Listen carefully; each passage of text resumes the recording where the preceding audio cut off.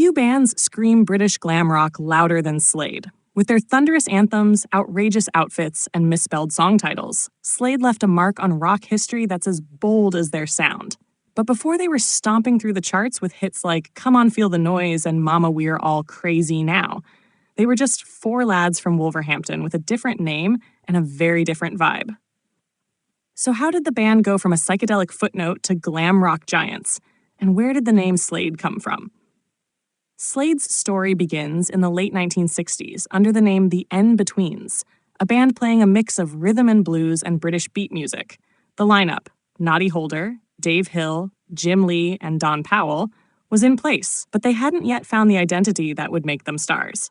In 1969, under the guidance of new manager Chas Chandler, former Animals bassist and the man who helped launch Jimi Hendrix's career, the group underwent a transformation. Chandler pushed the band to sharpen their image, evolve their sound, and rebrand themselves completely. That rebranding began with a new name, Ambrose Slade. The peculiar double-barreled title wasn't inspired by any member of the band, nor was it an inside joke. It was actually taken from one of the band's road crew, who used the name Ambrose Slade as a sort of quirky alter ego. Chandler found it odd and memorable enough to use as the group's new identity. However, the name Ambrose Slade never quite matched the raw, working-class energy the band exuded. It felt too formal, too whimsical, and a bit out of step with the heavy sound they were developing. So by 1970, they made a bold decision to drop the Ambrose and go simply with Slade, a punchy, one-syllable name that was easier to remember and carried a gritty, almost industrial strength. It sounded like a verb, an action, something that could slice through the blandness of pop radio. That was the turning point. With their new moniker, shaved heads, briefly, and a harder-edged sound, Slade launched into a decade of dominance. The name change was more than cosmetic.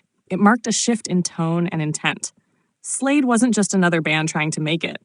They were loud, proud, and distinctly British. Their music became louder, their stage shows more theatrical, and their lyrics tapped into working-class youth culture with irresistible hooks and misspelled rebellion.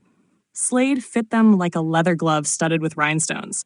Dangerous, shiny, and impossible to ignore.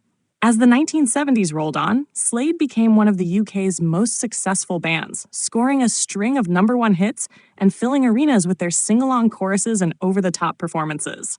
Their name became a brand in itself, instantly recognizable, bold in print, and perfect for t-shirts, posters, and record sleeves. And despite changes in musical trends, Slade's name remained timeless. Short, sharp, and endlessly cool. So while it began as a strange inside reference, the name Slade was ultimately distilled down into something elemental. It became not just a band name, but a declaration.